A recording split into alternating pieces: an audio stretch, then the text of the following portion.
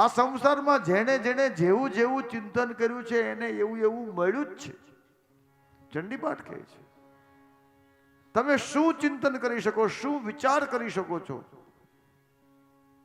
ઈ ભગવાન તમને આપે છે અને આપે છે. પરમેશ્વરે મતોલમ પ્રાપ્યસે ભૂતલે પુમાન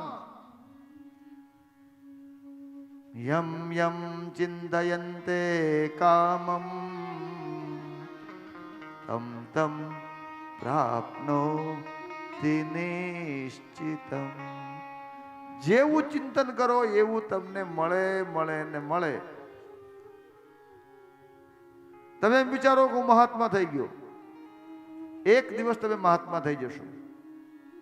તમે એમ વિચારો કે હું તો ગાંડો છું, 5 વર્ષ વિચાર કરો. નરેશભાઈ એવું ચિંતન કરે કોઈ 5 વર્ષ કે હું ગાંડો છું, થઈ જાય. અને 5 વર્ષ એમ વિચાર કરે કે હું જ બ્રહ્મ છું, હું જ બ્રહ્મ છું, તો એક દિવસ સાહેબ બ્રહ્મ થઈ જાય છે. ઓલી ઈયળ હોય ને એ પતંગુ બનીને ઉડી જાય સાહેબ. એમાં કઈ પ્રોસેસ કામ કરે છે.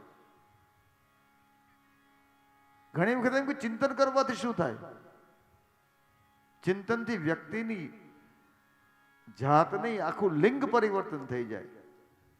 એ સરીસૃપ ટાઈપનું જે ઈયળ હોય પણ એનું ચિંતન એટલું પ્રબળ થાય કે એ એક દિવસ પતંગ બનીને ઉડી જાય છે સાહેબ. યમ યમ ચિંતયન્તે કામ તમ તમ પ્રાપ્નોતિ નિશ્ચિતમ. આ ચિંતનની શક્તિ છે સાહેબ, જબરદસ્ત તાકાત છે. પણ આપણે તો ચિંતનમાં જ નબળા. મારા ભાગમાં કાંઈ નથી, બે તો કાંઈ નથી. તો તારા ભાગ્યમાં ભગવાન છે, ચિંતન તારા હાથમાં છે. નિશાન ચૂક માપ પણ ન તાક નીચું નિશાન.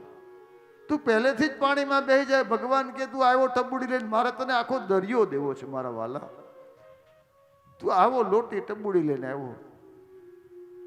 खुद ही को कर बुलंद इतना कि हर तकदीर से प्रभु खुद बंदे से पूछे बता तेरी रजा क्या है साहब. અમારથી ન થાય, અમે નાના માણસ. હવે તમે હેના નાના, 2 હાથ 2 પગ, આ બુદ્ધિ આપી ભગવાને, નાના હું કામ? અરે સાહેબ ચિંતનની ખૂબ મોટી તાકાત છે. ચિંતયાનો ઋષિકેશ મપસ્ય તન્મયન જગત. અને આજે સંસારની સૌની વાત કરીએ આપણે કઈ બીજા ગ્રહ ઉપર રહેતા નથી, આ જ ગ્રહમાં રહીએ છીએ. કોઈની પાસે ચિંતન કરવાનો સમય નથી શરદભાઈ. ક્યારેય સવારમાં ઊભો થઈને વ્યક્તિ 5 મિનિટ વગર મોબાઈલે બેઠો નથી. મોબાઈલ બાજુમાં ન હોય તેને ઊંઘ ન આવે.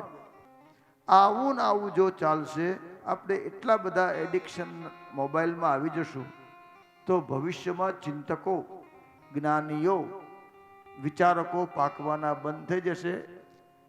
એઆઈ, આર્ટિફિશિયલ, હું એઆઈ કહેવાય ને, ઇન્ટેલિજન્સી, એ આપણને નિબંધ લખી દે, એ આપણને ગણિતના દાખલા લખી દે, અને આપણે બેઠા બેઠા ભણશું.